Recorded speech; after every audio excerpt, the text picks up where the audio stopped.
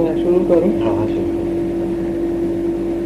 विशेष करके मेरा जोर रहेगा वही गुजरे जमाने का जो सदाबहार संगीत है उसी को लेकर के, और उसी के साथ साथ में आपकी पूरी जो फिल्मी जिंदगी रही है संगीत से जुड़ी हुई उसको भी धीरे धीरे लेके चलूंगा। हाँ ठीक। तो सबसे पहली बात मैं ये जानना चाहूँगा कि जो पुराने संगीतकार थे, जैसे ओ पी नैयर साहब रहे, नौशाद साहब रहे और भी दूसरे लोग रहे, वो एक दौर में बहुत ऊंचाई पर थे और एकदम से अलग हट गए, लेकिन आप निरंतर बने रहे, इसकी क्या वजह है? एक्चुअली क्या है, मैं आपको बताऊं कि कुछ हादसे ऐसे होते हैं। जब मैं इस लाइन में एंट्री ली तो उस जमाने में एस डी बर्मन भी थे, नौशाद साहब भी थे, भगत राम थे, शंकर जयकिशन भी थे। ये सारे लोग अपने बड़े ऊंचे स्थान पर थे। मैं 1950 में यहाँ बॉम्बे आया दिल्ली से जी। और आने के बाद 2-3 साल स्ट्रगल के बाद मुझे याद है, अब पुरानी डायरी देख रहा था तो मैंने देखा कि कहीं डेट लिखी है सॉन्ग रिकॉर्डेड ऑन तो मार्च 53। मतलब 53 से मैंने रिकॉर्डिंग शुरू की।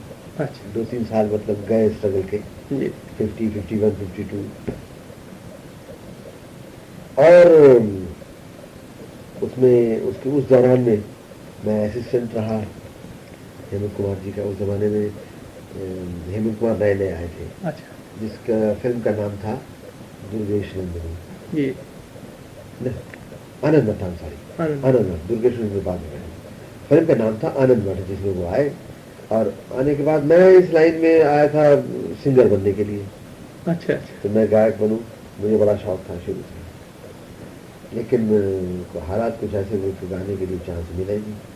कोई गाना नहीं गा सके? नहीं गा 2-3 साल बड़ी स्ट्रगल की। अच्छा। और लोगों ने कहा कि साहब आप सोलो तो देंगे नहीं, यहाँ देखिए तरत महमूद है, दुरानी है, फलानी है, एस डी बातिश हैं, क्या क्या लोग थे, मोहम्मद रफ़ी हैं, तरत महमूद भी थे। बोले आप कोरस में गाने गाएंगे। मैंने कहा भाई कोरस में हमारी कोई मतलब आइडेंटिटी नहीं रहेगी अगर कोरस में गाया। अब कोरस में हम गाए नहीं और सोलो हमको मिले नहीं तो बड़ी प्रॉब्लम हो गई। फिर हमने एडजस्ट किया, हमें चलो कोरस से शुरू करते हैं। 1-2-4 फिल्मों में कोरस गाया, लेकिन कोरस भी गायब हो गया। उसके बाद में कोरस भी नहीं देता था कोई, तो स्ट्रगल शुरू हो गया। मैं रहना तो है यहाँ, क्योंकि मैंने यहाँ आने के बाद अपनी पीएचडी डिपार्टमेंट की नौकरी, क्योंकि यहाँ आने से पहले मैं दिल्ली में पोस्ट टेलीग्राफ डिपार्टमेंट में काम करता था। अच्छा। किस पद पर थे आप? मैं एक्चुअली मुझे इलेक्ट्रिक का बहुत शौक था, तो मैं ज्वाइन तो एज एन इलेक्ट्रिशियन किया था मैंने। अच्छा। लेकिन उसके बाद क्योंकि मैं थोड़ा सा पढ़ा लिखा था थोड़ा, तो उन्होंने मुझे ऑफिशियल ड्यूटी में भी लगा दिया, कहीं ऑफिसर जो गोडाउन का इंचार्ज बना दिया समथिंग। लेकिन मेरा शौक था गाने का, तो मैं वहाँ दिल्ली में भी कोशिश करता था कि मैं गाना गाऊं। तो मैंने कोशिश की ऑल इंडिया रेडियो में, वहाँ एज एन एमेचर आर्टिस्ट मुझे लिया गया, क्योंकि गवर्नमेंट सर्वेंट्स को 2 जगह अलाउड नहीं था कि अगर आप गवर्नमेंट सर्वेंट हैं तो दूसरी जगह आप पैसे नहीं कमा सकते गवर्नमेंट के डिपार्टमेंट में। तो बोले जी आपको एमेचर आर्टिस्ट लेंगे। मैंने कहा ठीक है, कोई भी आर्टिस्ट लेके मुझे। उसकी भी एक लंबी कहानी है कि मैं यहाँ कैसे आया, क्यों आया। अच्छा। आपको नहीं बताइए, देख लीजिए, उसमें से अगर कोई चीज कोई पॉइंट अच्छा लगे तो रखिए। जब मैं पीएचडी डिपार्टमेंट में मैंने काम किया 1945 से 1950 तक, ये उसी दौरान में आज़ादी मिली। मैंने 45 से पहले अंग्रेज़ों की एक फैक्ट्री होती थी ऑर्डिनेंस डिपो दिल्ली में कैंटोनमेंट, तो वहाँ भी काम किया मैंने कोई 6-8-10 महीने। खैर काम करते करते ये हुआ कि जब पार्टीशन हो गया, ये पार्टीशन मतलब आज़ादी मिल गई हिंदुस्तान को, तो 1949 में एक एग्जीबिशन आई दिल्ली में, वर्ल्ड ट्रेड फेयर समथिंग, और बड़ी लेटेस्ट मशीनरी वहाँ इंट्रोड्यूस की गई, दिखाई गई, एग्जिबिट करते थे वो लोग और डेमोन्स्ट्रेशन देते थे। मैं भी एग्जीबिशन देखने गया दो चार दोस्तों के साथ। वहाँ मैंने पहली दफ़ा देखा कि कुछ आदमी एक छोटे से बूथ में घुस रहे हैं और हंस रहे हैं, कुछ आवाज़ें बोल रहे हैं, बाद में वो आवाज़ें उनको सुनाई जाती थी। अच्छा। तो मैंने पूछा कि क्या चीज़ है, तो बोले ये वायर रिकॉर्डर है। अच्छा। Wire recorder? बोले हाँ, ये वायर चलता है, इसके ऊपर आवाज़ रिकॉर्ड हो जाती है और बाद में इसको प्ले करते हैं। मैंने अपनी आवाज़ कभी नहीं सुनी थी, गाने का शौक था। मैंने कहा ये एक चांस बहुत अच्छा है, अपनी आवाज़ सुनने का, क्योंकि मैं रेडियो में गाता तो दूसरे लोग सुनते थे, मैं तो सुन नहीं पाता और रिकॉर्डिंग का कोई साधन था नहीं उस जमाने में। तो मैंने कहा ये तो बड़ा अच्छा है कि मुझे अपनी आवाज़ सुनने को मिलेगी। तो मैं उस दिन तो मैंने मतलब हिम्मत नहीं की, क्योंकि दोस्तों के साथ था। दूसरे दिन मैं अकेला गया, अकेला जाकर मैंने उसको पूछा, मैंने कहा भाई ये सब डायलॉग बोलते हैं, अगर मैं गाना गाऊँ तो गाना भी सुनने को मिलेगा? बोले हाँ जी, आप जो आवाज़ आपकी होगी वो आवाज़ वैसी ही आपको सुनाई देगी। तो मैंने कहा मैं एक लाइन गाना गाऊँ? बोले हाँ गाइए, अंदर मैं समझूंगा, मैंने तेरे पूछे में अरमानों की दुनिया लेके आया हूँ, ये गाना गाया, मतलब लाइन। अब मैंने कहा सुनाओ, तो उसने सुनाया तो मुझे ऐसा लगा दिल में, आवाज़ तो रफी साहब जैसी मिलती है, अगर मैं बॉम्बे जाऊँ तो शायद चांस लग जाए कुछ। अच्छा। खैर वो दिमाग में एक बात घुस गई। जब आज़ाद होने के बाद, हिंदुस्तान आज़ाद हुआ, आज़ाद होने के बाद फिरोजपुर, पठानकोट, कहाँ कहाँ नए नए एक्सचेंज बनने लगे, तो हमारे डिपार्टमेंट में, पीएनजी डिपार्टमेंट ने हमको नोटिस दिया कि हम ये डिपार्टमेंट जो आपका है ये ब्रांच डिमोलिश करते हैं, मतलब हटाते हैं, और आप सब लोगों, पूरे स्टाफ को फिरोजपुर, पठानकोट इधर उधर ट्रांसफर करेंगे, क्योंकि नए एक्सचेंज बन रहे हैं, वहाँ आदमी की जरूरत है। एक फॉर्म दिया मुझको, 3 ऑप्शन, 1 2 3, कि आपको कहाँ जाना है। मैं तो कभी दिल्ली से बाहर गया नहीं था, तो मैंने कहा भाई अगर मेरी चॉइस, पहली चॉइस तो ये कि कहीं मत भेजो दिल्ली, अगर भेजना ही चाहते हो तो दूसरी चॉइस मेरी है बॉम्बे, और तीसरी यानी पार्ट ऑफ इंडिया, कहीं भी भेज दो। तो उन्होंने सब रिजेक्ट कर दिया, बोले नहीं आपको फिरोजपुर भेजेंगे। मैंने अपने घर वालों को बताया, मैंने कहा मेरी बड़ी ख्वाहिश थी कि मैं बॉम्बे जाकर ट्राई करूँ सिंगर बनने का, लेकिन ये तो मुझे भेज रहे हैं फिरोजपुर, अगर आपकी इजाज़त हो मैंने अपनी माता पिता को पूछा, अगर आप कहें तो मैं एक दफ़ा कोशिश करूँ चला जाकर बॉम्बे। तो मेरे फादर ने बड़ा इनकरेज किया, मदर फादर ने फिर कहा कि ठीक है जाओ। मैंने कहा देखो वहाँ पैसा भी लगेगा, तो सब बोले कोई परवाह नहीं। मैं जनाब 20 दिन की छुट्टी ली, मैंने ऑफिसर को बोला, मैंने देखिए मैं तो कभी बाहर नहीं गया, लेकिन अगर मुझे आप भेज रहे हैं फिरोजपुर तो मुझे अपने सब फैमिली को सेट करना पड़ेगा। आई वांट सम हॉलीडे, मतलब छुट्टी, दिन चाहिए मुझे, तो 20 दिन की छुट्टी मिली, यही सेट 20 दिन की छुट्टी लेकर मैं काम। एक छोटा सा, आपके पिताजी क्या म्यूजिक से? म्यूजिक में कुछ नहीं थे, he was in private company, एक फर्म थी, उसमें वो भी बस पुराने नौकर थे, पुराने सर्विस थी उनकी बहुत पुरानी, तो गवर्नमेंट में भी नहीं थे वो, लेकिन सुनने का उनको शौक जरूर था। अच्छा, उससे पहले एक बड़ी लंबी कहानी और है। अच्छा। कि मैं इस सिंगिंग में क्यों पढ़ा। मेरे फादर, मैं स्कूल में गाया करता था। अच्छा। छोटा था तो मैं अपना टेबल ये बजाकर स्कूल में गाया करता था। गाते गाते उस जमाने में फिल्म आई जिसका नाम था पुकार, उसमें एक भजन था, मोदी साहब, तुम बिन हमरी कौन खबर ले गोवर्धन गिरधारी, मुझे बड़ा पसंद, मैं उसको बिल्कुल रट दिया था। फिल्मी गाने बहुत गाता था उस जमाने में, वो भजन मुझे बड़ा पसंद था, तो मैं अपना गाना शुरू किया, गाता रहता था जहाँ भी मौका मिले।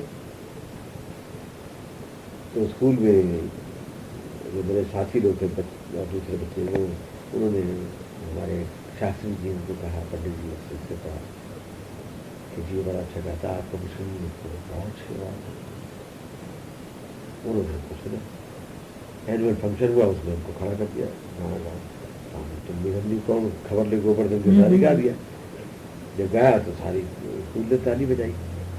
अब वो हमको हर फंक्शन में जहाँ हो तो तुम भी नंबरी कौन खबर ले खबर, तो लोगों ने वहां दूसरे बच्चों ने नाम गोवर्धन गिरधारी रख दिया।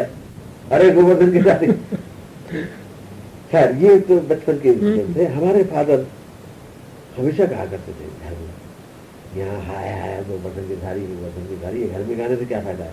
हम भजन मंडी में जाते हैं, हर बुधवार को भजन होते हैं, वहां जाके गाओ तो कुछ उसका आनंद भी आए, घर में गाने से क्या फायदा। बहुत दिन तक कहते रहे। एक दिन मुझे मैं मूड आया, मैंने कहा चलो कहाँ होता है भजन, फादर के साथ होता है वहां। फिर ये मैंने तुम मेरी कौन खबर ले, गोवर्धन गिरधारी भजन गाया, सारे वो साहब भजन मंडी ने ऊपर खा लिया, बड़ा इज्जत पड़ी। उस दिन मुझे ये एहसास हुआ, स्कूल में जाता था तो इज्जत मिलती थी, अब ये प्राइवेट इतनी इज्जत। और मुझे बोले साहब हर हफ्ते इनको बच्चों को लाया करिए, लाया कीजिए आप पंडित जी। अब मेरे फादर को बोले बड़ी इज्जत मिलेगी। वहाँ एक और लड़का पहले तो छोटा गाता था, उसकी बेचारे की इज्जत कुछ कम हो गई, मुझे ज्यादा इम्पोर्टेंस को देने लगी।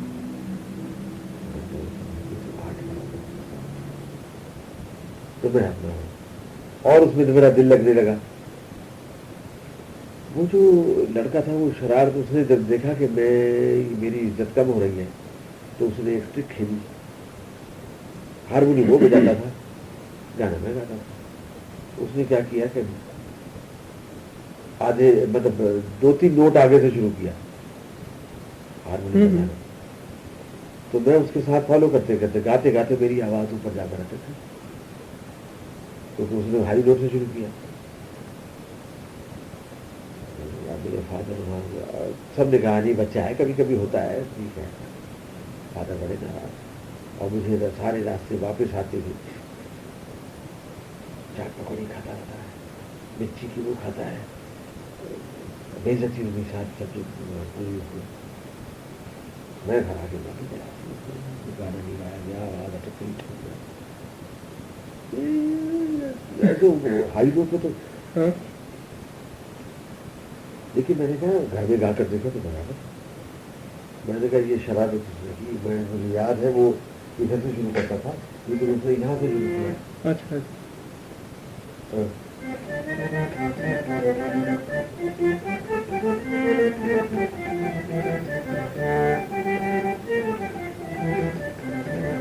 अब ये यहाँ से शुरू करते थे, लेकिन उसने ऊंचा। मैंने कहा ये तो बदमाशी की।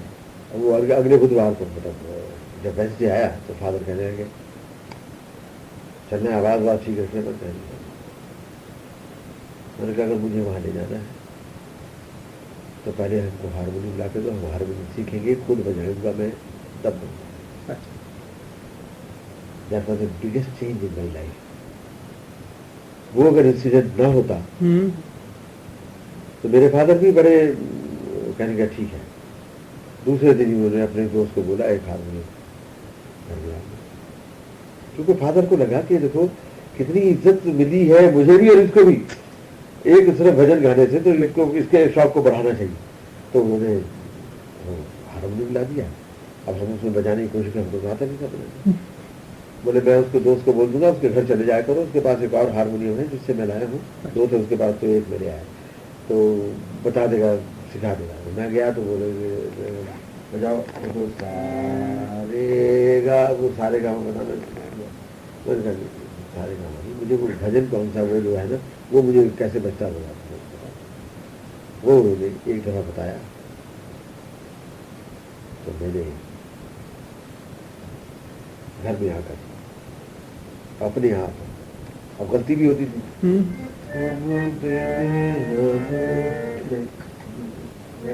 मैं नोट करेक्ट कर करके वो गाना मैंने पूरा रट लिया और लगा रहा कोई 1 महीना में पूरा गाना परफेक्ट कर दिया। 1 महीने के बाद मैंने फादर से सोचा आप चलते। जब हाँ कीर्तन में पहुंचे मंडली में तो एज यूजुअल उसने अपना हारमोनियम लेके बजाना शुरू कर दिया। मुझे तो बजा लोगे, मैंने कहा और मैंने बजाना शुरू किया, जो हौसला कोई प्रॉब्लम नहीं और बड़ा अप्रिशिएट किया लोग। अब तो मैं हारमोनियम में बजाने लगा। और उस दिन के बाद में मैंने घर में जो गाना फिल्म का देखा है प्रैक्टिस, जो गाना फिल्म का सुना उसको प्रैक्टिस, अपने आप ही हारमोनियम में मास्टरी शुरू की खुद। और मैं उस जमाने में, मुझे याद है कि नौशाद साहब का एक गाना चला, रतन, अखियाँ मिला के दिया बरपा के चले नहीं जाना, ओ चले नहीं जाना।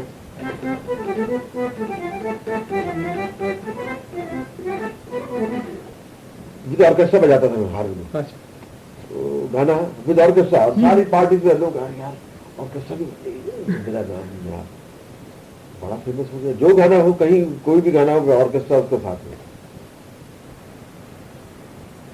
वो शौक था 1949 में हुआ एग्जीबिशन वर्ल्ड ट्रेड फेयर, और 1950 में मैं यहाँ आ गया। यहाँ आने के बाद जैसे मैंने बताया कि वो स्ट्रगल शुरू, अपना इधर उधर कोरस गाने भी गाए, गाने गाते गाते मुलाकात हुई है। उससे पहले एक और कहानी है कि कुछ लोग मिलते गए, एक साहब हमारे दिल्ली में अक्सर जाया करते थे, उनसे भी मुलाकात हुई। एक और दोस्त मिल गया यहाँ दिल्ली का, उससे मुलाकात हुई। उसने कहा मेरे अंकल यहाँ प्रोड्यूसर है, तुमसे भाई उनको बुझाओ, तो म्यूजिक में गाने में प्लेबैक साउंड में इंटरेस्टेड है। अच्छा मैंने कहा नहीं आप लीजिए ना, ये ठंडी हो जाएगी, इसको बंद करते हैं चाय के लिए।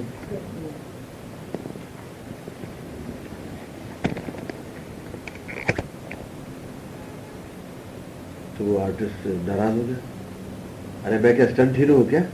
उसको गुस्सा है, गाली दे रहा है। बोला गाली मत दे यार, मैं स्टंट हीरो। बस उस स्टूडियो में जाके वहाँ पिक्चरें बनती थी, तूफान में, जादुई मुक्का, पता नहीं क्या क्या वो पिक्चर बनाते थे उस जमाने। तो स्टंट पिक्चर को बड़ी नीची नजरों से देखा जाता था कि अरे वो मारधार वाला है। जो असली हीरो थे दिलीप कुमार, जो भी उस जमाने में मोतीलाल, अशोक कुमार, प्राण, ये सब अच्छी स्टोरीज में आने वाले लोग थे।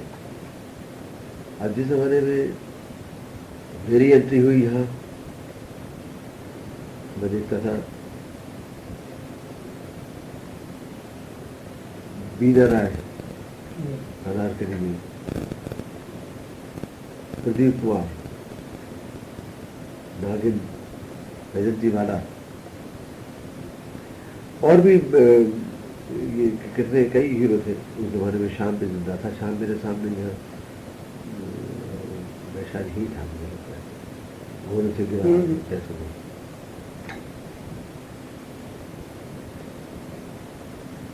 शायद यही उसको। लेकिन पिक्चर बनती थी, अच्छी स्टोरी बनी, जिसमें जमिनी का ब्रांड था और दो बच्चे जहाँ आए ट्रम्पेट बजाते हुए, और लोग कहते भाई अच्छी स्टोरी आएगी, वाह। ना मुझे इंतजार करते थे लोग कि जमिनी की पिक्चर आ रही है भाई। आजकल तो पता नहीं किधर से आई किधर गई, समझ ही नहीं आती कभी। और हर पिक्चर में आज देखिए, मैं इसको बात कर रहा था, एक ही डायलॉग, हर स्टोरी राइटर, हर डायलॉग राइटर एक ही डायलॉग, मैं तुझे जिंदा नहीं छोड़ूंगा। अरे भाई, तुम्हारे बाबा का राज है, तुम क्या सोचते हो कि तुम सारा जिंदा नहीं छोड़ोगे? तुम यहाँ कोई सरकार वरकार है नहीं कुछ। और हर फिल्म में एक सीन ऐसा जरूर होता है कि उसने वो उसकी माँ के या बहन के या अगर उनके बच्चों गले पे बंदूक रख दी है, तू मुझे मारेगा तो मैं इसे मार दूंगा, अगर इसकी जान प्यारी है तो ये हाँ, तो हथियार डाल दो, हथियार फेंक दो। और वही स्टैंड, वही सीन, वही। अब हर पिक्चर में देखते हैं कि बचपन में उसने बच्चे ने देखा, झांक करके मेरे माँ को, मेरे बाप को मार दिया, माता पिता वो बदला लेता, बड़ा हो चुके वो। हर पिक्चर में ऐसे ही स्टोरी चल रही। या वो माल लाए, पैसा वो बैग में, अच्छा बैग में कहते हैं इसमें 20 लाख रुपया, 20 लाख रुपया आएगा कैसे उसके छोटे से गरीब केस में तुम्हारे 20 लाख रुपया।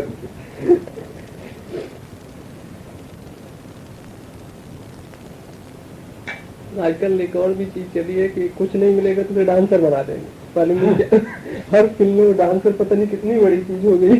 हाँ पता नहीं, अच्छा डांस क्या वो वो लाइटें जल रही हैं और वो कुछ छक्कों वाला डांस जिसको कहते हैं बिल्कुल सही कह रहे हैं। बहुत गलत। मैं कहता हूँ कि देखने को दिल नहीं करता है। तो बच्चे लोग कई दफा थिएटर से लेके सड़क तक पहुंचता है उनका डांस।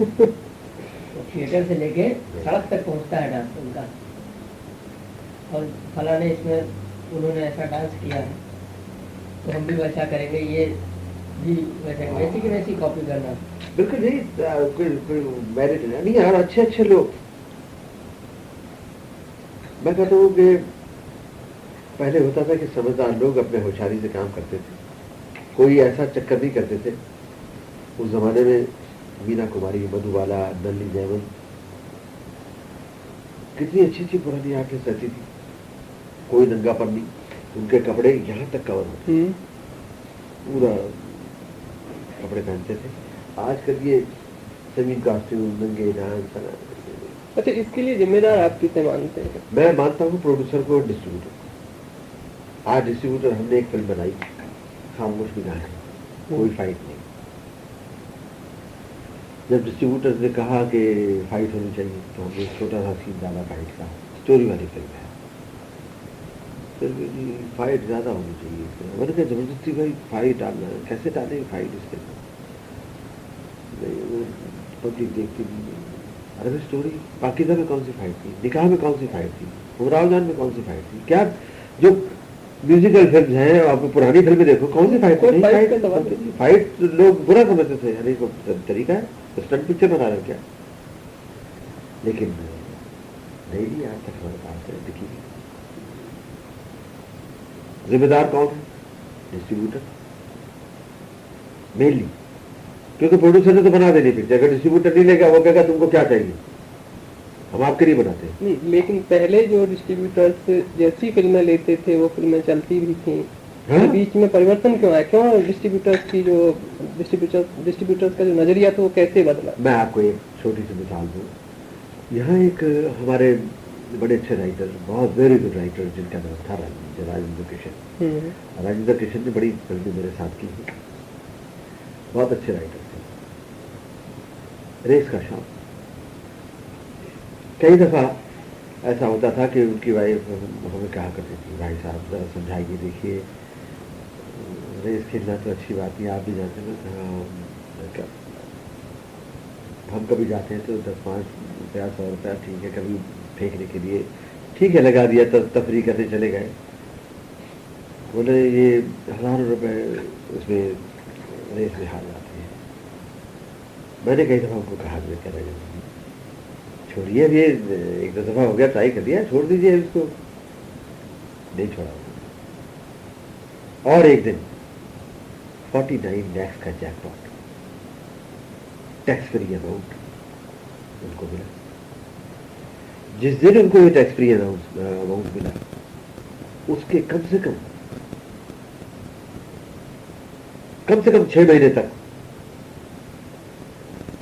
जब भी मुझे भी शौक था, मेरे भी कुछ दोस्त लोग जाते थे, तो मैं भी उनके साथ कभी कभी चला जाता था रेस। कम से कम आगे 6 महीने तक फिल्म की भी काफी भीड़ होती थी, सिर्फ ये सोच करके राजेंद्र किशन को 49 लाख का आया, शायद मुझे भी आ जाए। तो यहाँ ये है कि एक आदमी ने फिल्म बनाई, मार धार की चल गई गलती से, दूसरा यार यही नहीं बनानी चाहिए, दूसरे ने वो बनाई। वो ट्रेंड ऐसा बन गया कि हर आदमी फिर उसी, एक जय संतोषी माँ चली, उसके बाद में दुर्गा माँ, जयलक्ष्मी माँ, शुक्रवार, 16 फलानी, लाइन से शुरू हो गए। अब एक दफा फिल्म वो एक चल गई तो उसमें वो स्टंट पिक्चर लोग वैसे ही बनाने लगे और बड़े बड़े हीरो उसमें इन्वॉल्व होने लगे। अभी अमिताभ बच्चन की कोई अलाप करके पिक्चर आई थी, फेल हो गई क्योंकि उसमें फाइट नहीं थी। जिस आदमी पर छाप लग जाए ना कोई, वो ठीक है कि भाई छाप लग गया, वो फाइट लगा। अभी हेलन का डांस आप न रखे पिक्चर में तो लोग तरसते रहेंगे, यार क्या हेलन को लिया, डांस ही नहीं रखा कोई। तो इस तरह से कोई वो छाप लग गई, वो करते करते लोगों ने वैसे एक जमाना ये आ गया कि हर फिल्म देखो, हर एवरी फिल्म। अभी तो वैसी स्टोरी वाली फिल्म तो मेरे ख्याल में कोई 100 पिक्चरों में एक आध कोई बनती हो तो बनती है, नहीं तो नहीं बनती। साल में 1-2 फिल्म नजर आती है कि स्टोरी में, अदरवाइज सब पिक्चर्स हैं देव एक ही सीन है। एक टाइम चलता है जैसे जितेंद्र श्रीदेवी, 17 पिक्चरें आप देखेंगे जितेंद्र श्रीदेवी, और कई दफा ऐसा लगता है अगर फिल्मों के डब्बे बदलते ना, 2 रील इसमें से उठा के उसमें डालते तभी कोई फर्क नहीं होगा, क्योंकि वही फाइट वही वैसे ही टाइप के गाने, वो गुड्डा गुड़िया का डांस जैसा होता है ना, ऐसे ही वो टुक्कू टुक्कू टुक्कू टुक्कू टुक्कू वैसे ही गाने, ना कोई उसमें सभ्यता रखी जाती है। एक्शन ऐसे डांस के होते हैं कि आदमी बच्चों के साथ देखे तो शर्म आए, अरे भाई ये डांस नहीं है, इसको आप अगर फॉरेन वाले भी शायद अच्छा डांस करते हैं, लेकिन यहाँ तो यह है कि भेड़ चाल कि एक होल में किसी ने हाथ डाला, पैसा मिल गया, उसको तो पता लगा सारी दुनिया उसी होल के पीछे हाथ डालने में, और भाई यहाँ कोई पैसा है चलो निकालो। तो यही तो इसी वजह से ये पिक्चरें बनने लगी। यहाँ कोई ऐसे आने चाहिए जरा दिलावर लोग, अच्छा जो दिलावर लोग हैं वो भी अपने उससे डगमगा के हटे जा रहे हैं। जो बड़े लोग हैं, जैसे अभी बड़ा प्रोड्यूसर है, ही कैन टेक रिस्क, अच्छी स्टोरी लेकर पिक्चर बनाए चलेगी, लेकिन उनको भी है कि पैसा कमाना है, तो बड़े स्टार लेते हैं और वही देव मार। अभी आजकल आसान काम हो गया है। मैं इनको बता रहा था, अभी पूरी पिक्चर में कम से कम आधी पिक्चर में तो फाइट होती है, और कम से कम क्वार्टर पिक्चर में क्या 1/3 पिक्चर में गाने होते हैं, और गाने भी बेसिक पैर के, जिनका अभी मैं कहता हूँ इतना शानदार आर्टिस्ट, इतना नाम वाला आर्टिस्ट,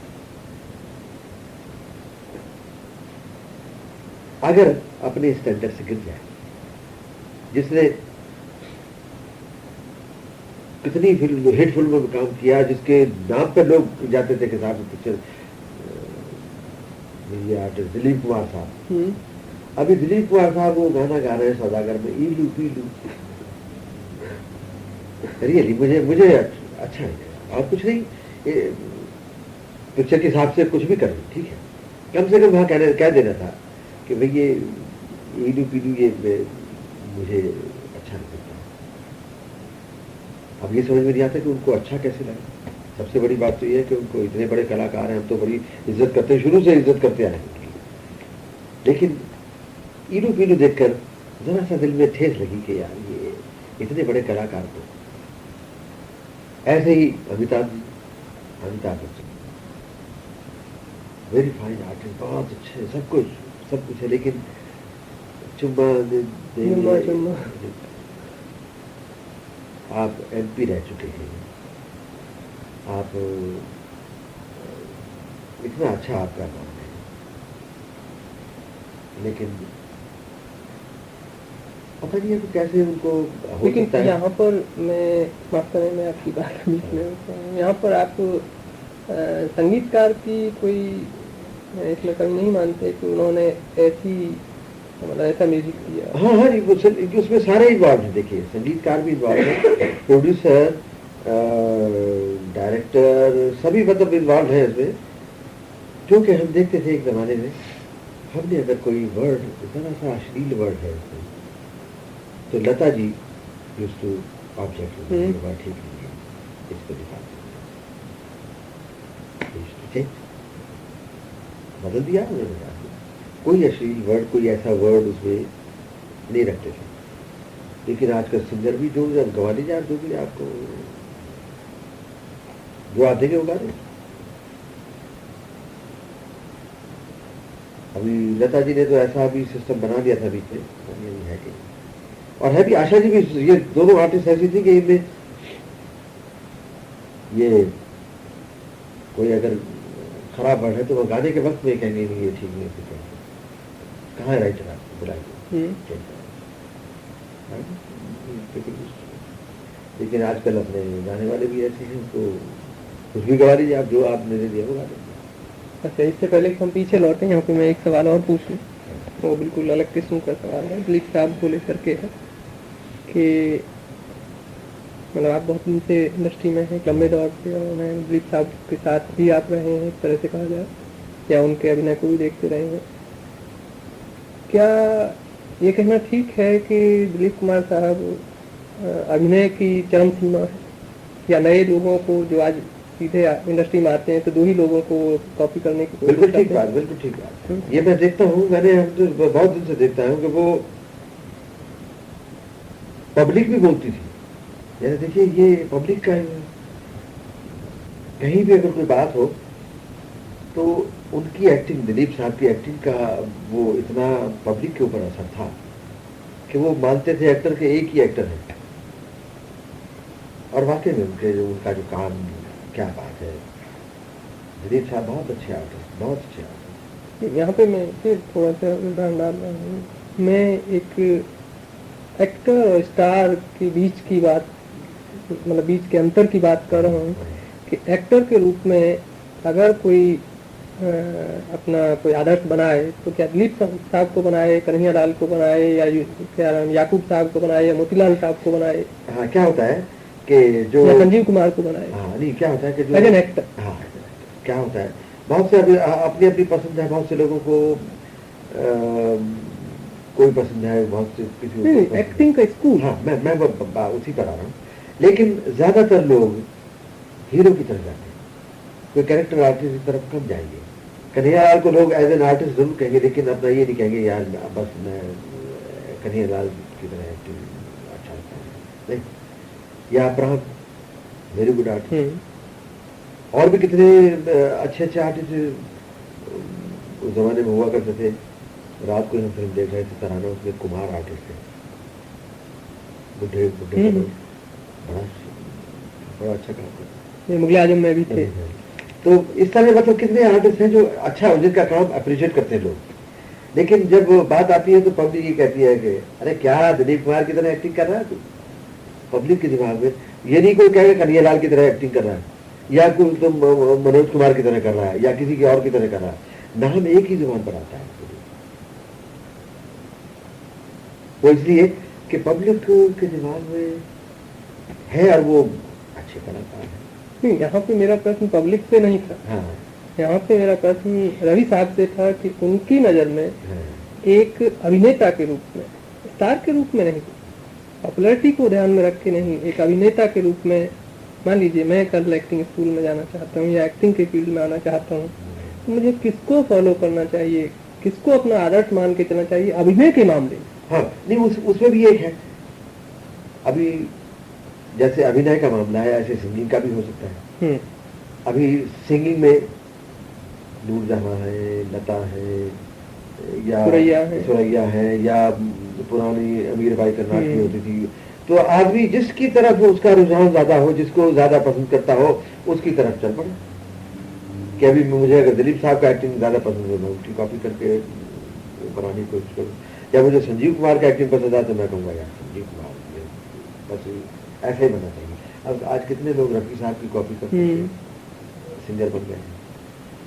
तो ये एक अपना अपना वो है अप्रोच के पसंद है कि मैं किसको लेकर चलूं, जिसको लेकर चले उसी के ऊपर। आपकी अप्रोच ये है कि साहब वाकई नहीं, सभी अपनी अपनी जगह ना, अपने मैं कहूँगा अपनी अपनी जगह सभी अच्छे हैं। जैसे संजीव कुमार कुछ पिक्चरों में ऐसा काम किया है कि आदमी सोचता है कि कैसे जबरदस्त एक्टिंग किया। इवन मीरा कुमारी की देखिए कैसे कैसे रोल, कितने अच्छे अच्छे। अभी रात को मधुबाला का देख रहे थे, मैं कहता हूँ मधुबाला जैसा मैं सोचता था दिल में, वही पब्लिक से मैं सुनता हूँ कि मधुबाला जैसी खूबसूरत आर्टिस्ट नहीं और शायद होंगी भी नहीं। शायद उसमें उसको आप लुक देखिए, मुस्कुराहट देखिए, रंग देखिए, जो फेस का एवरीथिंग वाज सो परफेक्ट। कई दफा आदमी सोचता है कि देखो भगवान ने क्यों जल्दी इसे बना दिया, लेकिन बस है तो हर आदमी का अपना अपना एज एन आर्टिस्ट। कई दफा अच्छा कई दफा कम्बिनेशन होता है कि आदमी आर्टिस्ट भी अच्छा है और खूबसूरत भी है, डायलॉग डिलीवरी भी अच्छी है, तो सारी चीजें अच्छी होती हैं। कोई एक आध कहीं कमी होती होगी, लेकिन क्योंकि हर चीज तो हर आदमी आर्टिस्ट में होती नहीं, लेकिन उसमें काफी मतलब, और मुझे कितने लोग मिले हैं, कोई ऐसा नहीं मिला जिसने ये कहा हो कि, हर आदमी मेरे ख्याल में तकरीबन सभी लोग ये कहते हैं कि साहब मधुबाला जैसी आर्टिस्ट नहीं है। अब आजकल है, देखिए आजकल भी खूबसूरत लड़की है, कितने लोग माधुरी दीक्षित को पसंद करते हैं, कितने श्रीदेवी को पसंद करते हैं, कितने अपनी अपनी पसंद है। लेकिन एज एन मतलब हम तो जैसा कि फिल्मों में है, हमें तो जिसने एक्टिंग कई दफा ऐसा होता है कि मामूली छोटा सा आर्टिस्ट भी, अभी जॉनी वाकर ने एक दिन हमको इम्प्रेस किया था। फिल्मिस्तान में मैं काम करता था, इनके पास कोई काम नहीं था। अच्छा। किसी के थ्रू ये वहां आए और उसने एक डायरेक्टर को उस आदमी ने, जिस आदमी के थ्रू ये आए थे, रिकमेंड किया, एक आर्टिस्ट है, क्या आर्टिस्ट है, और पता नहीं प्लानिंग होगा शायद पहले से, बस बोले जरा सा पीने का शौक है उसको, लेकिन क्या बोले भिजवाओ भाई उसको, दिखाओ तो सही आर्टिस्ट कौन सा है। ये कैंटीन में इनको बैठा के रखा था, ये आ गए एकदम ड्रंक। वो आर्टिस्ट, वो डायरेक्टर कहने लगा भाई इनको भेजो वापस, मुझे ऐसा आर्टिस्ट नहीं चाहिए। तो उसने कहा भाई नॉर्मल हो जाओ। तो नॉर्मल होकर उन्होंने बातचीत करनी शुरू की। थोड़ी देर पहले बोले यही गिरा है, आप बिलीव नहीं करेंगे, मैं भी सोचने लगा कि मैंने कहा ये आदमी पी के चला आया, उसको इतना नहीं कि उसको काम नहीं मिलेगा अगर पी के जाएगा। लेकिन जनाब वो उसने ऐसी एक्टिंग और ऐसा लगता था कि ये आदमी बस 2 बोतल पी कर आया।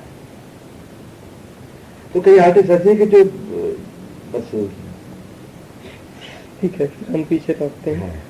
मूवी 1900, ये तो खैर बात ऐसी थी कि जो हमारे म्यूजिक से अलग ही है।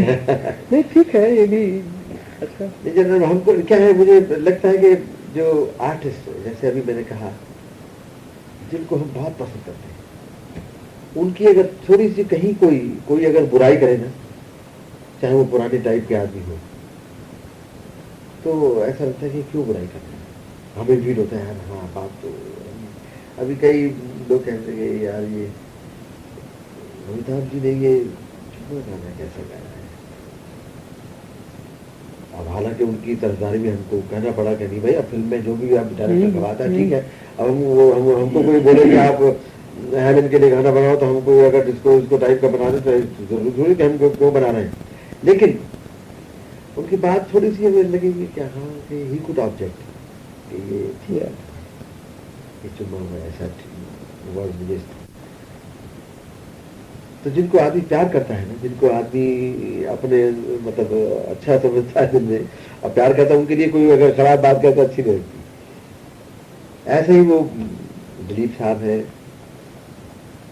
और भी कितने अच्छे अच्छे आर्टिस्ट हैं जिनको जो चेंज हो जाते हैं ना, चेंज होकर हमको किसी ने कहा कि साहब आप अपने आप धुने चेंज करें। मैं कहता हूँ भाई चेंज मैं नहीं कर सकता, क्योंकि मैं एडजस्ट नहीं कर सकता। आज जिस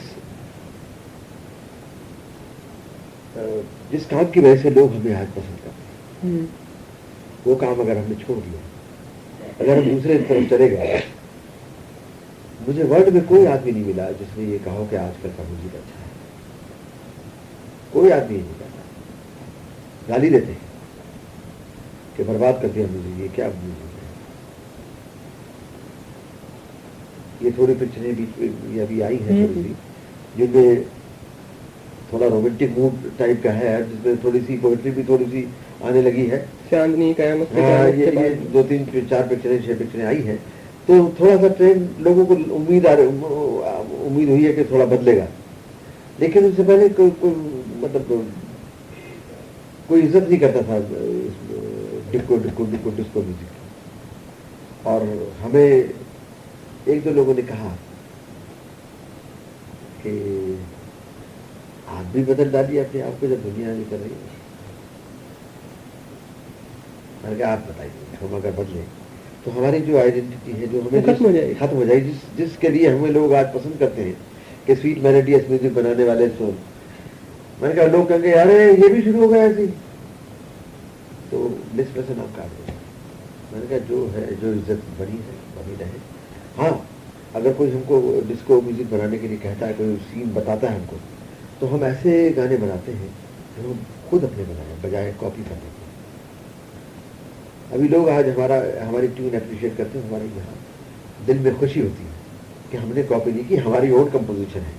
आज जब लोग कहते हैं कि साहब आपका गाना बार बार देखो, 1000 बार देखो, ये देखने की चीज है, हमारा दिल होगा क्या बात है।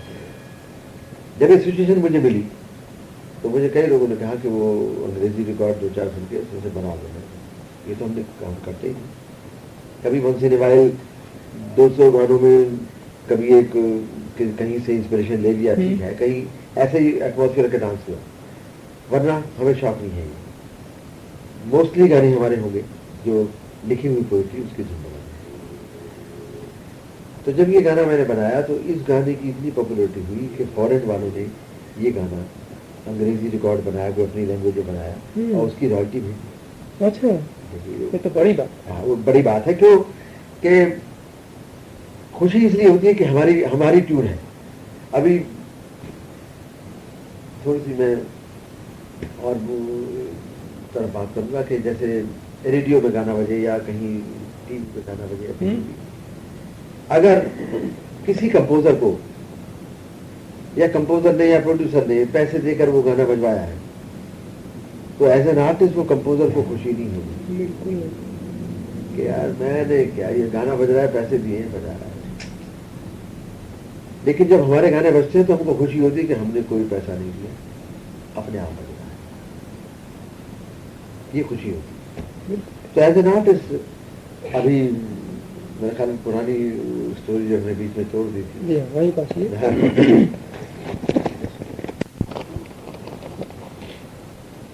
तो वो जनाब हेमंत कुमार साहब से मुलाकात हुई आनंद मठ में, उसमें कोरस भी गाना मैंने गाया। उसके बाद हेमंत दा ने मुझे इतना पसंद किया। अच्छा, जैसे मैंने बीच में कहा कि एक लड़का हमको मिला जिसके चाचा यहाँ पिक्चर बना रहे थे, उसने कहा मेरे चाचा का मुहूर्त है, नहीं, किसी ने कहा कि वो फिल्म अदा का मुहूर्त है, आप उधर आओ, बहुत से आप वहाँ लोगों से मुलाकात होगी तो कहीं चांस लग सकता है। मैंने यार, तो मैंने वहाँ उस लड़के को देखा, मैंने कहा तुम यहाँ इधर, बोले मेरे चाचा की पिक्चर है, वो थे देवेंद्र। अच्छा, उनसे मुलाकात उसके थ्रू हुई। बोले हाँ मैं जानता हूँ दिल्ली में आपका मकान, वो सामने हमारे निशानी थी कि हमारे ग्रैंडफादर सूर्य किरण चिकित्सा किया करते थे, जो धूप में नीली हरी बॉटल लटका देते थे, उसकी किरणों से जो उसके ऊपर असर होता था, उस पानी से वो इलाज किया करते थे। दिल्ली में किस जगह? ये बाजार की तरह कुछ हटाते हैं। तो ये देवेंद्र गोयल देखा करते थे। उन्होंने पूछा वहाँ जहाँ अपने भाई के यहाँ किसके यहाँ जाते थे, ये क्या लटकी हुई है बॉटल? बोले ये कोई उससे इलाज होता है ये। तो मैंने उनको बताया कि आप वहाँ जाते थे तो मेरे हमारा मकान सामने था। खैर मुलाकात हो गई गोयल साहब से। उनको हमने कहा भाई मैं सिंगर मैं गाता हूँ, तो उन्होंने गाना सुना। मदन मोहन साहब उस जमाने में थे, उनके यहाँ फिल्म आँखें का म्यूजिक दिया था उन्होंने। दूसरी पिक्चर भी वही कर रहे थे। मदन मोहन साहब ने सुना, बड़ी अच्छी आवाज़ है, देखेंगे कहीं। बीच में कुछ ऐसा वो हुआ डेवलपमेंट के गोयल साहब को पता लगा मैं धुन भी बनाता हूँ। वो एक पिक्चर, कोई छोटी पिक्चर शुरू करने वाले थे, तो कहने लगे क्यों नहीं इनको ले लिया जाए। तो मेरा सदस्य हुआ, तो उनकी मैंने वचन पिक्चर से शुरू किया। अच्छा। तो वचन से वचन मैंने पिक्चर साइन कर दी थी, उस जमाने में हेमंता के साथ भी काम करता था एज एन असिस्टेंट। और नागिन पिक्चर पहले मैंने काम किया, आनंद के बाद शब्द, सम्राट, नागिन और तो दुर्गेश, क्या क्या जो पिक्चर, चंपा करी, क्या क्या पिक्चर